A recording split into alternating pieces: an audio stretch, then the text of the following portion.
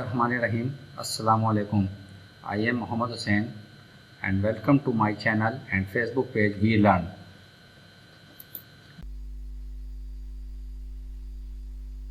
आइए व्यूअर्स, तो आज की हम अपनी इस वीडियो का आगाज़ करते हैं। इस वीडियो में हम कुछ शॉर्टकट कीज़ हैं जो माइक्रोसॉफ्ट एक्सेल में यूज़ होती हैं, उनके बारे में हम डिस्कस करेंगे।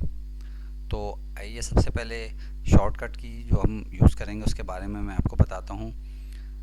ये आप देख रहे हैं छोटा सा टेबल बना हुआ है, इसको मैंने सिलेक्ट किया। अब ये टेबल की फॉर्म में नहीं है, ये डाटा है और सेल्स के अंदर फिल किया गया है।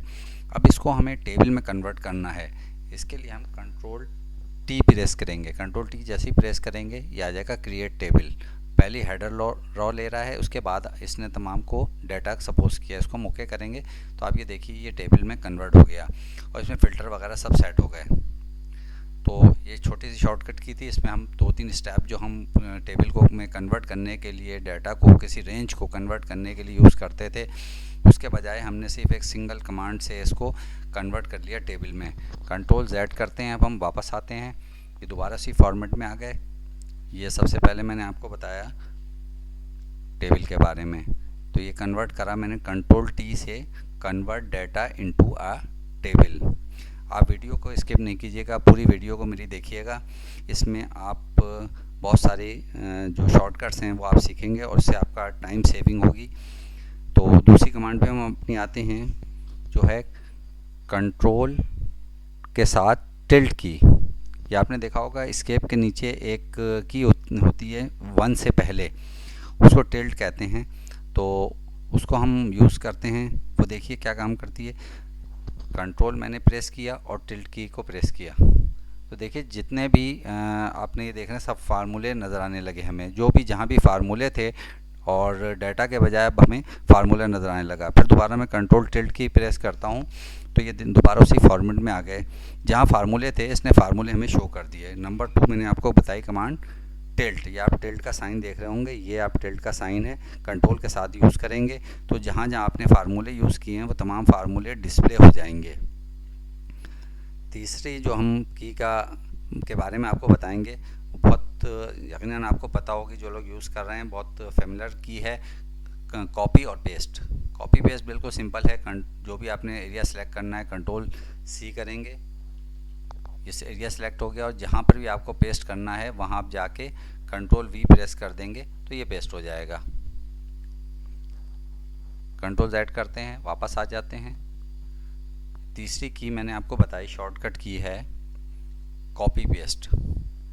कॉपी पेस्ट के बाद अब हम आते हैं किसी भी इमेज की अगर हमें कॉपी बनाना हो तो उसके लिए हम क्या करेंगे, कंट्रोल डी का इस्तेमाल करेंगे। कंट्रोल डी से हम किसी भी जो इमेज होगा उसको हम कॉपी कर सकते हैं, उसकी डुप्लीकेट कॉपी बना सकते हैं। मिसाल के तौर पर देखें, जैसे ये इमेज है, इसको मैंने किया कंट्रोल डी, ये देखिए एक और कॉपी बन गई इसकी, ये आ गई इसकी कॉपी।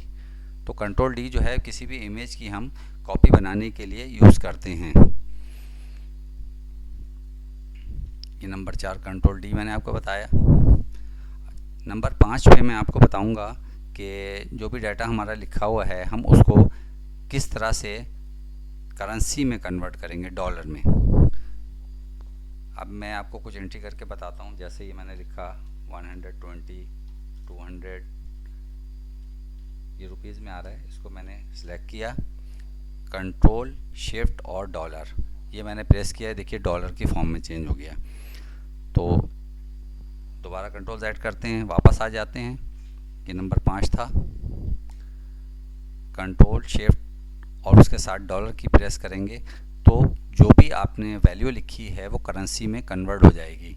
उसके बाद है दूसरा फंक्शन है, ये मैंने 200 लिखा, ये 500 लिखा है। ये मैंने असल इसलिए रुपीज़ लिखा हुआ आ रहा है कि मैंने यहाँ फॉर्मेट से, ये देखिएगा इसको फॉर्मेट से इसको रुपीज़ में सेट किया हुआ है। अगर इसको आप जनरल कर लेंगे तो फिर ये नहीं आएगा लिखा हुआ। आप ये देखें 200 और 500 लिखा है, मुझे इसको कन्वर्ट करना है परसेंटेज में, तो कंट्रोल शिफ्ट और परसेंटेज का साइन प्रेस करेंगे तो ये देखिए आप ये परसेंटेज में कन्वर्ट हो गया। कंट्रोल Z करते हैं, वापस आ जाते हैं। ये थी छठी की हमारी शॉर्टकट की थी किसी भी वैल्यू को हमें परसेंटेज में अगर कन्वर्ट करना हो। अच्छा, नंबर 7 पे अब हम आते हैं। नंबर 7 पे हम यूज़ करेंगे F4। F4 की क्या काम करती है, जो भी हमने लास्ट एक्शन परफॉर्म किया होगा वो रिपीट करने के काम आती है। मिसाल के तौर पर मैंने इसको कंट्रोल B कर दिया, ये बोल्ड हो गया। अब मुझे ये फंक्शन बार बार रिपीट करना है। मैं जहाँ भी जाकर F4 प्रेस करूँगा, ये देखिए बोल्ड हो जा रहा है F4।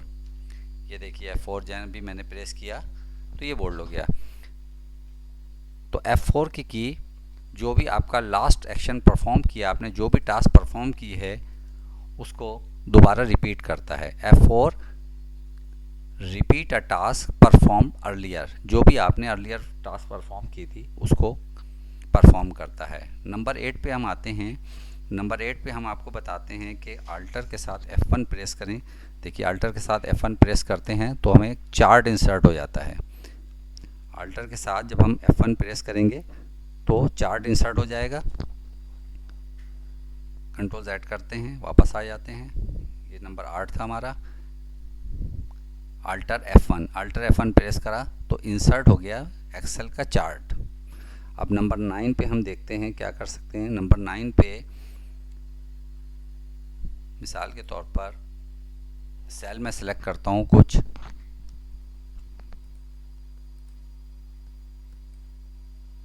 देखिए मैंने ये 3 सेल सिलेक्ट किए हैं। अब मुझे इसमें सेम डाटा एंटर करना है। मिसाल के तौर पर मैं इसमें चाहता हूँ कि 600 आ जाए। 600 मैंने टाइप किया और इसके बाद हम कंट्रोल और इंटर की प्रेस करते हैं। देखिए जैसे ही मैंने कंट्रोल और इंटर की प्रेस की तो आपने देखे इन सब जगहों पर आपने 600 हो गया। ये नंबर 9 था। कंट्रोल और इंटर से ये होता है कि जितने भी सेल आपने सिलेक्ट किए हैं उसमें अगर आपको सेम डेटा फिल करना है तो आप उसके लिए एक दफ़ा लिखेंगे जो भी आपको वैल्यू लिखना है और आप कंट्रोल इंटर की प्रेस करेंगे तो जितने भी सिलेक्टेड सेल थे उसमें सेम डेटा इंटर हो जाएगा। उसके बाद एक और की मैं आपको बताता हूँ, शॉर्टकट है।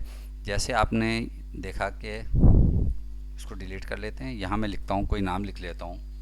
जैसे मैं लिखता हूँ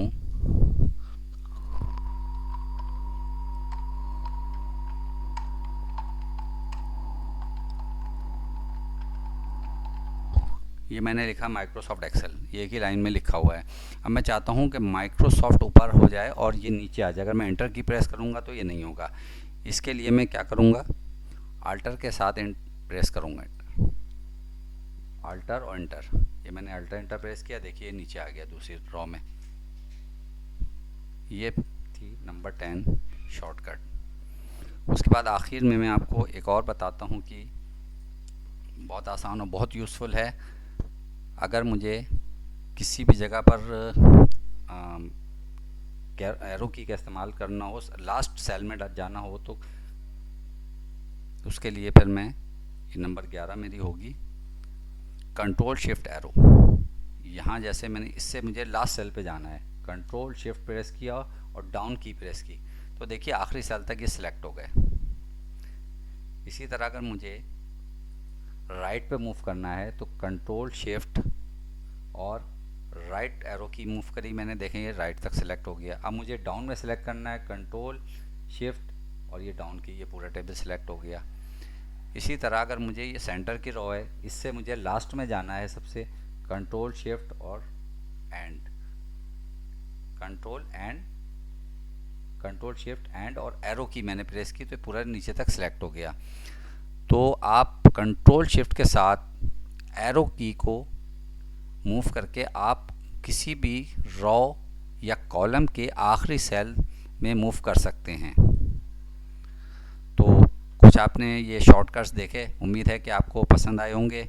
आपको मेरी वीडियो पसंद आई हो तो इसको शेयर कीजिए, लाइक कीजिए और मेरे चैनल को सब्सक्राइब कीजिए ताकि आपको नई आने वाली वीडियो से इन्फॉर्मेशन मिलती रहे। Thanks for watching my video. मुझे उम्मीद है कि आपको मेरी कोशिश पसंद आई होगी, लिहाजा मेरी वीडियो को लाइक और शेयर करें और मेरे चैनल को सब्सक्राइब और फेसबुक पेज को फॉलो करें। मेरे सोशल मीडिया लिंक डिस्क्रिप्शन में मौजूद हैं। शुक्रिया।